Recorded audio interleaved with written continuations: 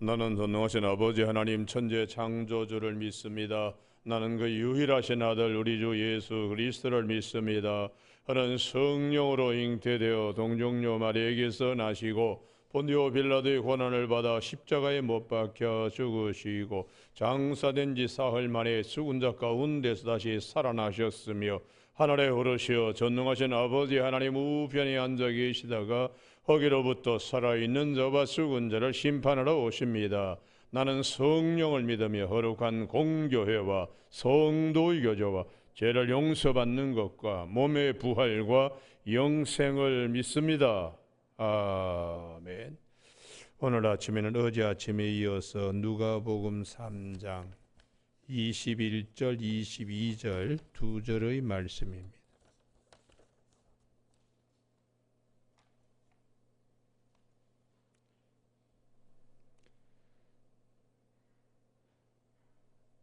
교독하십니다. 백성이 다 세례를 받을새 예수도 세례를 받으시고 기도하실 때에 하늘이 열리며 같이 읽습니다.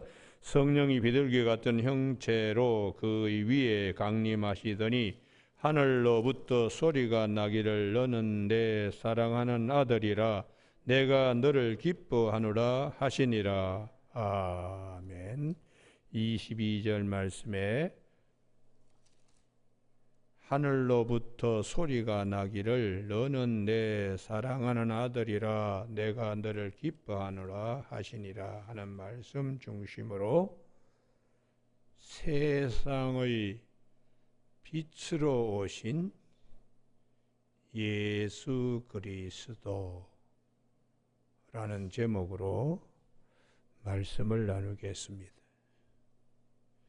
오늘 이 본문은 예수님께서 동베다니에서 세례 요한을 통하여 세례를 받으실 때에 물세례를 받으실 때에 하늘의 문이 열리면서 성령이 임하시는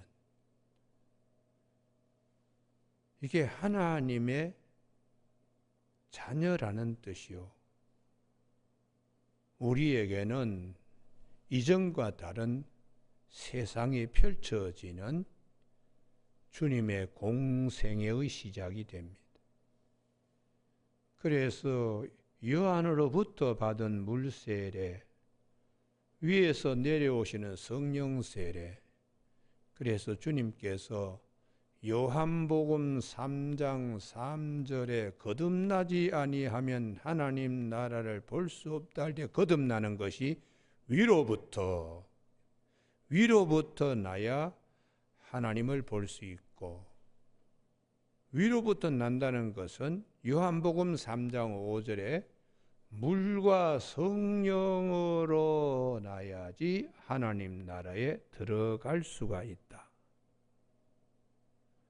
그러니까 하나님 나라에 들어가는 본으로 주님께서 누가복음 3장 21절에 예수도 세례를 받으시고 그 도자가 중요한 뉘앙스를 가지고 있습니다. 우리와 똑같이 사람의 모양으로 오셔서 사람과 같이 똑같이 세례를 받으시고 기도하실 때 하늘이 열리며 이 부분이 대단히 중요합니다. 이 하늘이 열리는 것을 마가복음 1장 10절에서는 하늘이 갈라졌다고 이렇게 표현하고 있어요. 하늘이 갈라짐과 성령이 비둘기같이 자기에게 내려오심을 보시더니 이 하늘이 갈라진다는 말을 우리는 구름이 끼었을 때에 거기에 구름 사이에 빛이 확 이렇게 들어오는 그런 이제 부분들을 표현하는 것이죠. 그래서 특별히 성령이 비둘기 같은 형체로 그의 위에 강림하셨다고 그렇게 말씀하고 있습니다. 우리는 이 본문들이 왜 중요한가? 그토록 기다리던 메시아가 오셨다는 모든 말씀이 여기에 다 귀결되기 때문입니다. 그래서 우리가 성경에 보면 물세례와 성령 세례를 통하여 하나님의 자녀가 되는데 예수님이 그 본을 우리에게 보여주셨고, 이제 순서 문제입니다. 예수님처럼 물세례 받을 때에 성령 세례 받으면 가장 좋지만은 때로는 성령 세례부터 받고 물세례도 받는, 사도행전 10장 44절에 베드로가 고넬료의 집에 가서 말씀을 전할 때에 성령이 말씀 듣는 모든 자에게 내려와서 베드로도 깜짝 놀랐습니다. 유대인들만 성령 받는 줄 알았더니 이방인들도 이렇게 성령 받는 것을 보고 내가 물세례 줄 것을 주저할 필요가 없다. 그러면서 고넬료 집안 식구들에게 물세례를 줍니다. 그러니까 성령 세례를 받고 물세례를 받는 경우와 또 반대로 물세례를 받고 나중에 성령 세례를 받는, 여기는 꼭 찾으시기 바랍니다. 사도행전 19장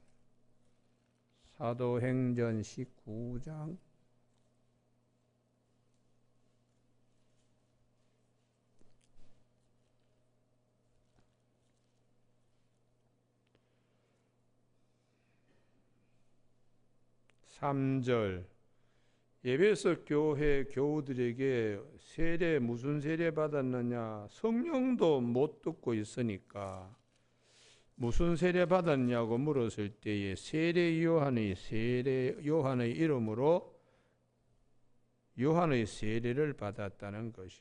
그래서 바울이 요한은 회개의 세례를 베풀었다. 그러나 이제는 예수님의 이름으로 세례를 물세례를 받아야 된다고. 5절, 그들이 듣고 주 예수의 이름으로 세례를 받으니 물세례를 먼저 받았습니다.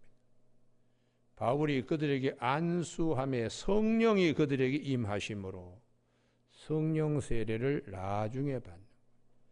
아무튼 물세례와 성령 세례를 통하여 하나님 나라에 들어가는 요한복음 3장 5절의 말씀대로 우리가 오늘 우리 모두에게 이런 축복을 예수님이 오셔서 주신 것입니다. 그래서 예수님께서 오시기 전에는 이런 어두움과 사망의 그늘에 있던 우리가 하나님의 자녀가 될 수가 없어요. 그런데 예수님께서 오셔서 우리에게 물과 성령으로 거듭나게 하심으로 하나님 나라에 들어가게 하신, 우리가 그토록 바라던 메시아, 세상의 빛으로 이 어두운 세상에 오신 예수님.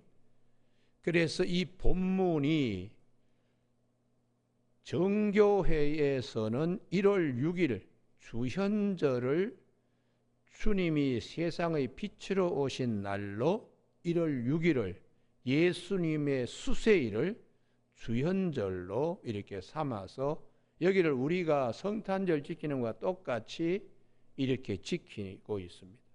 서방교회에서는 12월 25일을 성탄절로 지킨 이유는 12월 25일이 로마 사람들이 태양절로 지켰어요.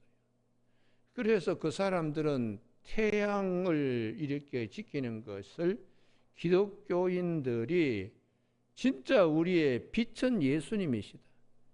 12월 25일 태양절을 성탄절로 빛으로 오신 예수님의 이름으로 이렇게 해서 서방교회는 12월 25일 성탄절을, 동방교회에서는 주현절로 그렇게 각각 주님 오심을 이렇게 지키는 열흘간의 차이가 있습니다.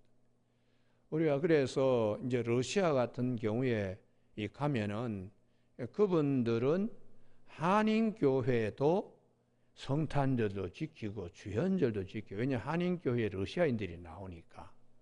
그래서 우리가 성탄절 지키는 것도 우리의 빛 되시는 주님이 오셨다. 아기 예수님으로 그렇게 로마의 태양절을 기독교가 이걸 삼킨 겁니다.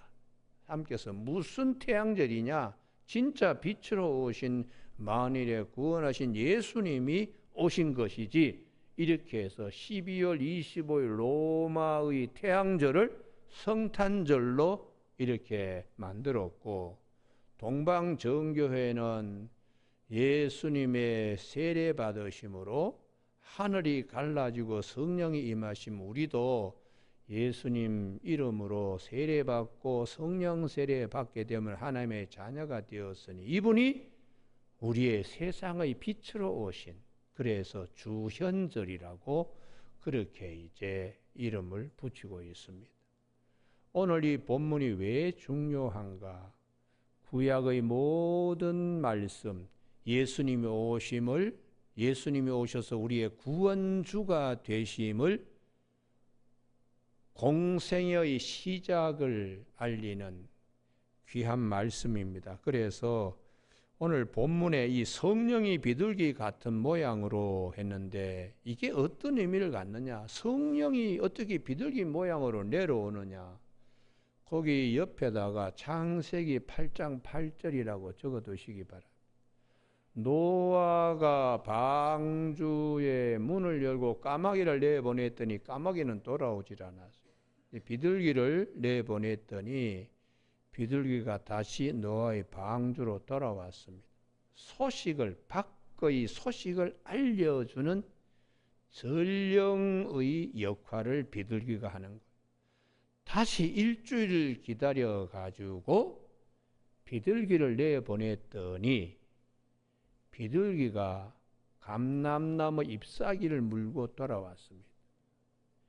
이 감람나무 잎사귀는 새순이 돋는다는 의미이기도 하지만 감람나무의 잎은 제사장을 상징하는 것으로, 그래서 이 기독교의 강단의 모양 이렇게 할 때 감람나무 이파리 조각을 해요. 그 제사장을 의미하는 이파리로 그렇게 상징하고 있습니다. 하여튼 비둘기는 뭘 알려주는 역할을 해요. 다시 또 일주일을 기다려가지고 비둘기를 내보냈더니 비둘기가 돌아오지 않아서 노아와 그의 가족 식구들이 밖에 이제 물이 완전히 마른 모양이다 이렇게 알게 되었다는 거예요. 그러니까 비둘기의 역할은 전령자의 역할을 알려주는, 그리고 실제로 로마의 군대에서는 이 비둘기를 신호용, 통신용으로 사용했어요. 그러니까 이 비둘기 같은 모양으로 할 때는 하나님께서 우리에게 뭐 알려주신다 이런 의미로서 비둘기입니다. 그러면 어떻게 비둘기는 조용히 차분히 이렇게 내려오죠. 성령이 오실 때에 조용히 차분히 이렇게 내려오시는, 그러나 마가의 다락방에서는 불같이 바람같이 이렇게 또 내려오시기도 하니까, 그러면 이 본문이 왜 중요한가?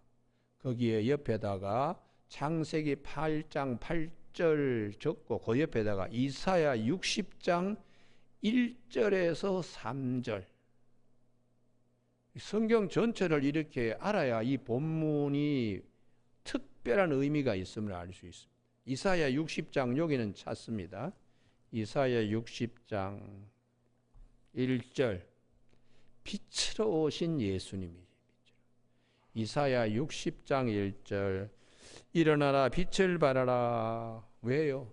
빛으로 오신 예수님 때문에 우리도 주 안에서 빛의 자녀가 되기 때문입니다. 그래서 이사야 60장 1절 옆에다가 에베소 5장 8절, 사도 바울이 전에는 너희가 어둠이었더니 이제는 주 안에서 빛이라, 빛의 자녀들처럼 행하라. 이 빛, 이는 내 빛이 이르렀고, 여기 내 빛이 예수님이세요. 예수님. 우리를 어둠에서 해방시킬 예수님이 이제 오신, 이 말씀이 언제 이루어지는가? 오늘 누가복음 2장 누가복음 3장 21절에서 이루어지는 것이죠. 여호와의 영광이 내 위에 임하였습니다. 보라, 어두움이 땅을 덮을 것이며 캄캄함이 마음을 가리려니와 지금까지는 사망과 죄의 그늘에 앉아 있었지만 오직 여호와께서 내 위에 임하실 것이며 주님이 이제 오시는 거죠. 그의 영광이 내 위에 나타나려니 나라들은 내 빛으로, 왕들은 비치는 내 광명으로 나오리라.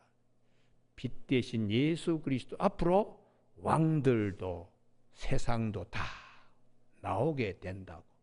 이 빛이 예수 그리스도, 그토록 기다리다. 그래서 그 옆에다가 3절 옆에다가 요한복음 8장 12절이라고 적어두세요. 주님께서 나는 세상의 빛이다. 나를 따르는 자는 어둠에 다니지 아니하겠고 생명의 빛을 얻으리라. 이렇게 요한복음 8장 12절에서 주님이 직접 말씀하셨어요. 에고 에이미의 구조로 나는 선한 목자다. 나는 길이요 진리요 생명이다. 나는 생명의 떡이다. 나는 세상의 빛이다. 이렇게 말씀하신 것은 구약의 예언이 주님을 통하여 완성되는 것이고 이루어지기 때문에 요한복음 5장 39절에서 너희가 영생을 얻기 위하여 성경을 연구하거니 이 성경 내게 대하여 말씀하신 것이라고. 모든 말씀이 예수님께 초점화되어 있어요. 그래서 마태복음 5장 17절에 내가 율법과 선지자를 폐하러 온 것이 아니라 완성시키려 오셨다. 그것은 주님을 통하여 모든 말씀이 이루어지기 때문입니다. 이사야 60장 1절에서 3절까지 말씀뿐만 아니라 이사야, 여기는 꼭 찾으셔야 돼요. 42장, 이사야 42장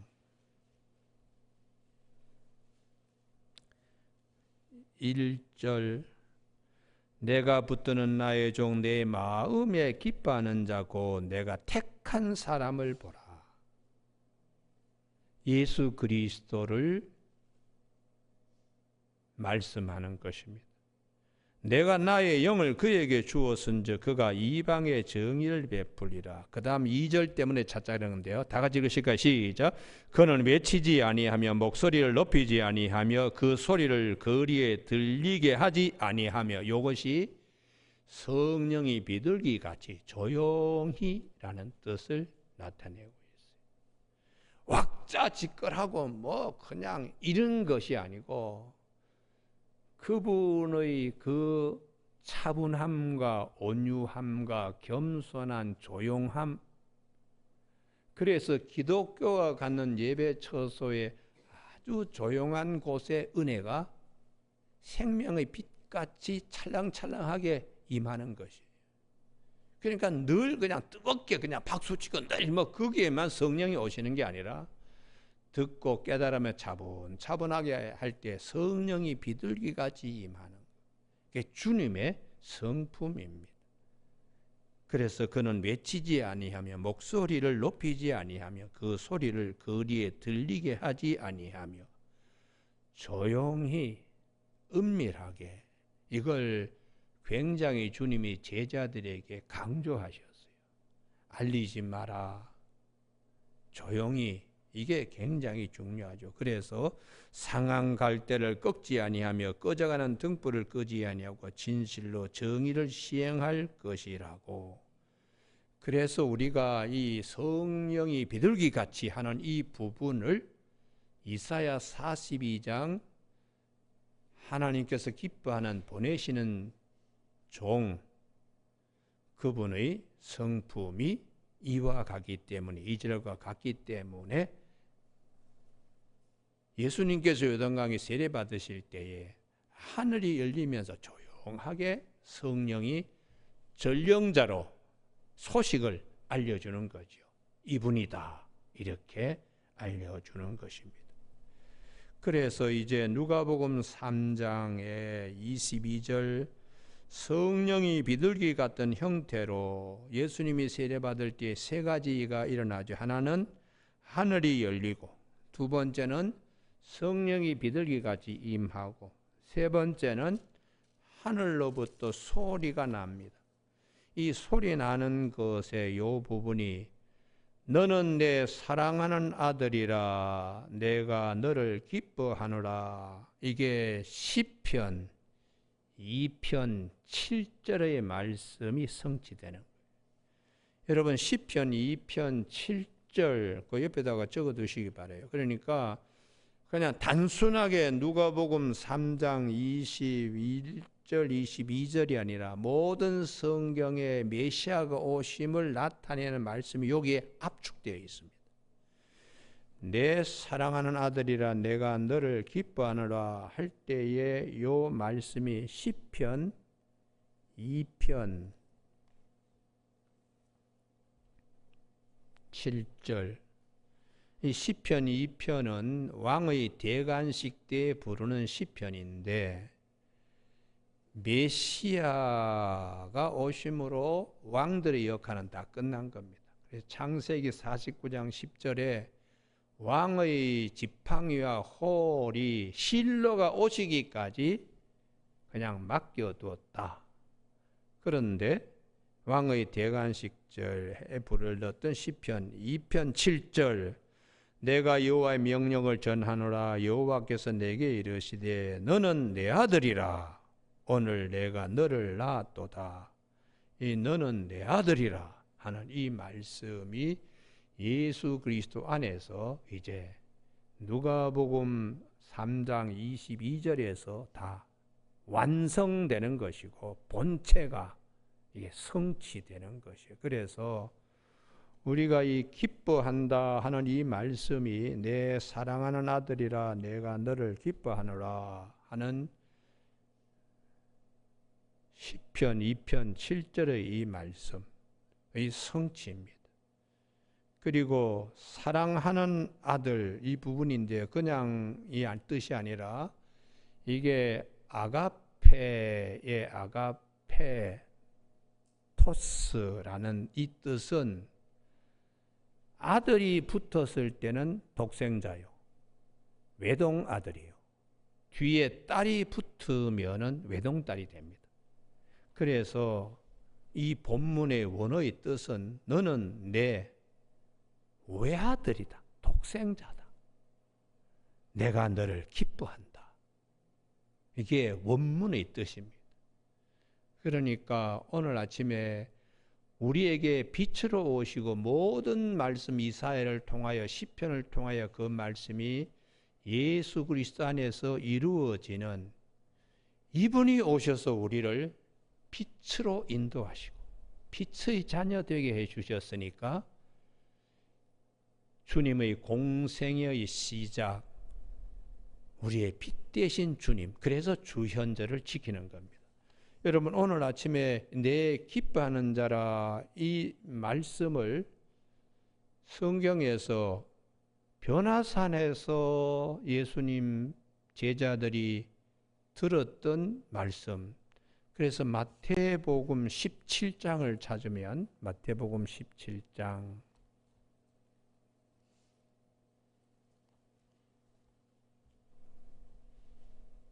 5절 헐련히 빛난 구름이 자꾸 빛 얘기가 나오잖아요. 2절에도 해같이 빛나며 빛과 같이 옷도 휘어지고 자꾸 빛이라고 세상의 빛으로 오신 예수님인데요. 5절 말할 때 홀련히 빛난 구름이 그들을 덮으며 구름 속에서 소리가 나서 이르시되 이는 내 사랑하는 아들이요. 외아들이라는 뜻입니다. 독생자라는 뜻입니다. 아들이 붙으면 외아들이고 딸이 붙으면 외동딸이에요. 내 기뻐하는 자니 너희는 그의 말을 들으라 하시는지라. 그러니까 예수님께서 제자들을 부르시기 전에 요단강에서도 세례받을 때 먼저 이 말씀이 계셨고 나중에 제자들이 부름받고 예수님과 함께 제자 훈련을 받을 때도 역시 이 말씀이 계셨으니까 말씀인 제자들보다 선제하는 것이에요. 선제요. 그래서 이 부분이 사도 베드로에게는 그래 말씀이 우리보다 먼저 계셨어. 이것을 사도 요한도 요한복음 1장에서 말씀하지만 사도 베드로도 베드로 후서 여기 찾아야 되겠는데요. 이걸 찾지 않으면 오늘 이 본문의 높이와 깊이와 넓이와 길이를 알 수가 없습니다. 베드로 후서 1장 16절 예수님은 우리의 먼저 계셨던 말씀이 우리 가운데 오신 분임을 베드로 후서 1장 16절 우리 주 예수 그리스도의 능력과 강림하심을 너희에게 알게 한 것이 교묘히 만든 이야기를 따른 것이 아니요 우리는 그의 크신 위엄을 친히 본 자라. 지극히 큰 영광 중에 이러한 소리가 그에게 나기를 이는 내 사랑하는 아들이요 내 기뻐하는 자라 하실 때에 마태복음 17장에서 하신 말씀이죠. 그가 하나님 아버지께 존귀와 영광을 받으셨느니라. 이 소리는 우리가 그와 함께 거룩한 산에 있을 때 하늘로부터 난 것을 들은 것이라. 직접 하나님의 음성도 이렇게 우리가 들을 수 있지만 그 다음에 선제하신 말씀도 우리가 지금 통하여 음성 들을 수 있다. 이게 19절입니다. 또 우리에게는 또 확실한 예언이 있어. 거기에 기록된 성경 말씀이에요.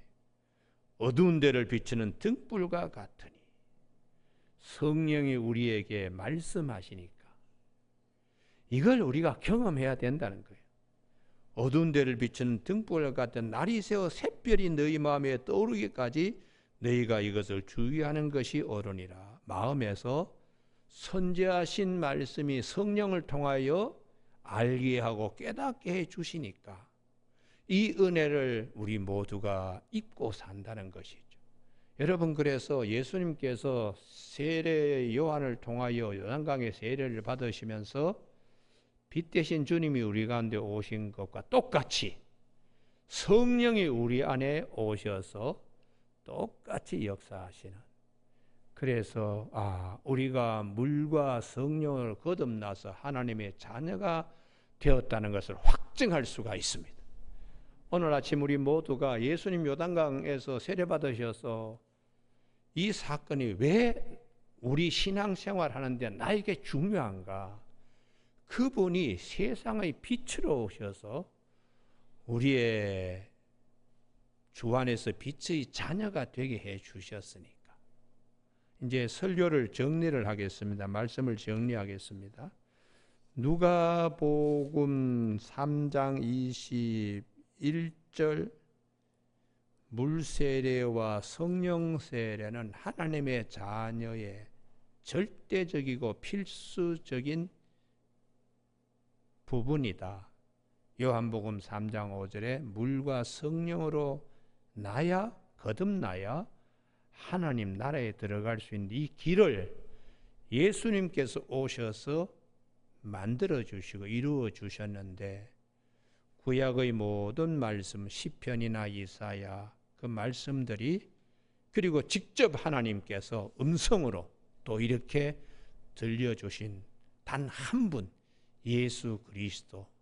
그래서 사도 바울은 에베소서 5장 8절에 너희가 전에는 어둠이었더니 이제는 주 안에서 빛이라.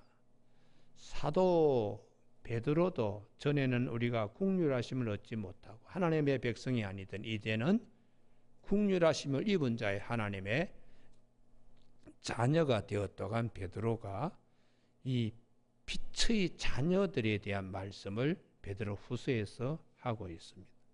오늘 아침 우리 모두가 기록된 성경 말씀을 통하여 성령이 우리에게 들려주시는 음성, 우리가 들으면서 이 한 해를 승리할 수 있게 되기를 주님의 축복합니다. 할렐루야. 그래서 아침에 찬송이 379장을 불렀습니다.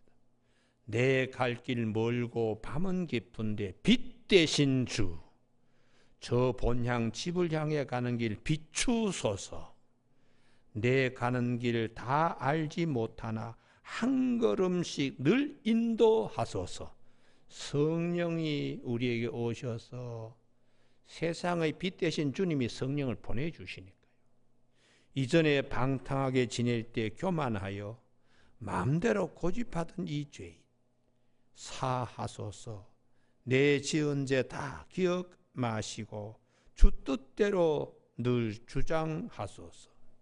이전에 나를 인도하신 주 장래에도 내 앞에 험산불령 만날 때 도우소서. 밤 지나고 저 밝은 아침에 기쁨으로 내 주를 만나리. 이게 찬송가 379장이 올 한 해 주님이 우리 가운데 비추시는 귀한 찬송이 되어지길 주님의 이름으로 축복합니다. 기도하시겠습니다. 요단강에 오셔서 세례 요한을 통하여 물세를 받으실 때에 하늘이 열리며 성령이 비둘기같이 임하시며 이는 내 사랑하는 자여 내 기뻐하는 자라는 하나님의 음성으로 인치심을 통하여 우리가 예수 그리스도 안에서 빛의 자녀가 되는 길을 열어주신 주님께 감사하며 늘 우리의 마음의 빛으로 인도하시는 주님을 따라 이 한 해도 큰 과오 없이 믿음의 성장과 성숙하는 한 해가 될 수 있도록 인도하여 주시길 원하오며 예수님 이름으로 기도드립니다. 아멘. 하늘에 계신 우리 아버지, 아버지의 이름을 거룩하게 하시며 아버지의 나라가 오게 하시며 아버지의 뜻이 하늘에서와 같이 땅에서도 이루어지게 하소서. 오늘 우리에게 이루어갈 양식을 주시고 우리가 우리에게 잘못한 사람을 용서하여 준 것 같이 우리 죄를 용서하여 주시고 우리를 시험에 빠지지 않게 하시고 악에서 구하소서. 나라와 권능과 영광이 영원히 아버지의 것입니다.